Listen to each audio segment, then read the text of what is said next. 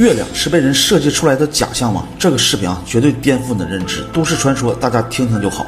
前2集视频呢，我们提到了，如果拜登是民主党的傀儡，或者他已经不是真人了，看他怪异的动作和卡壳静止的身体，像是被人改造的机器人。如果总统都能被控制，那么民主党到底有多大的阴谋呢？民主党的背后是不是还有一个更加神秘的黑暗组织呢？传说的5亿人口计划真的也是这个神秘组织的一个局吗？在他们的局中，就连月亮有可能是计划的一部分。2010年，美国的作家演说家大卫·艾克在他的书中写道，地球和人类的集体思维都是由月球操控的。月球是一艘太空船的多维门户，月球与土星形成的矩阵向人类的左半脑发送了干扰信息，这种干扰会产生真实感，让人类不会发觉自己生活在无全息的投影当中，不会发觉我们所看到所谓的现实其实就是梦境中的梦境，因为土星环是信息的来源，而月球负责放大这些信息并传输给地球上的人类，这样人类就会以为自己是在独立思考，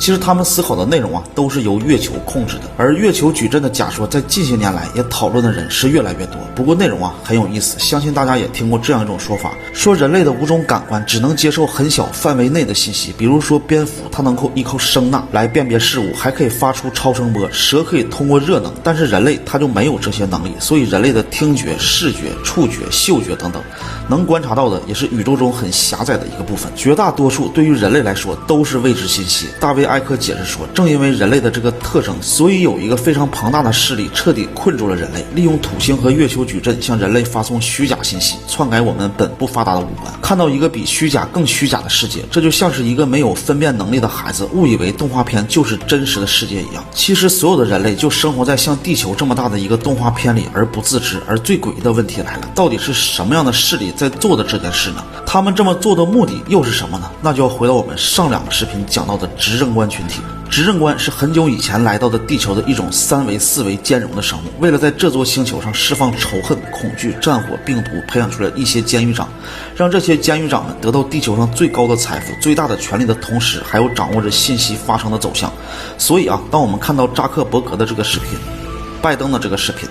他们的动作、细节、眼神真的一点都不像人类了。就连曾经的李小龙、迈克尔·杰克逊的死因也有传闻，就是死于监狱长们的招安。但是他们不想成为监狱长的一只棋子，所以监狱长只能让他们永远闭上了双眼。还有英国女王伊丽莎白2世还在世的时候，我们看她的影像资料，发现她经常出现像爬行动物一样竖着眼睛的情况。因此很多阴谋论者认为英国皇室很有可能就是被招安后的棋子。那么我们这个世界像这种顶尖权力的人物都能被控制，那么所谓的这些监狱长到底是什么人？有人猜测就是控制5亿人口计划的共济会的骨干。和共济会比起来，民主党、共和党根本不值得一提，犹太资本也只不过是其中一个赚钱的伙计。那么监狱长后面的靠山执政官呢？传说就是地心世界的蜥蜴人。昨天的视频中说监狱长可能是蜥蜴人，这个确实无法证实。好，这个故事呢就讲到这里，我们下期再见。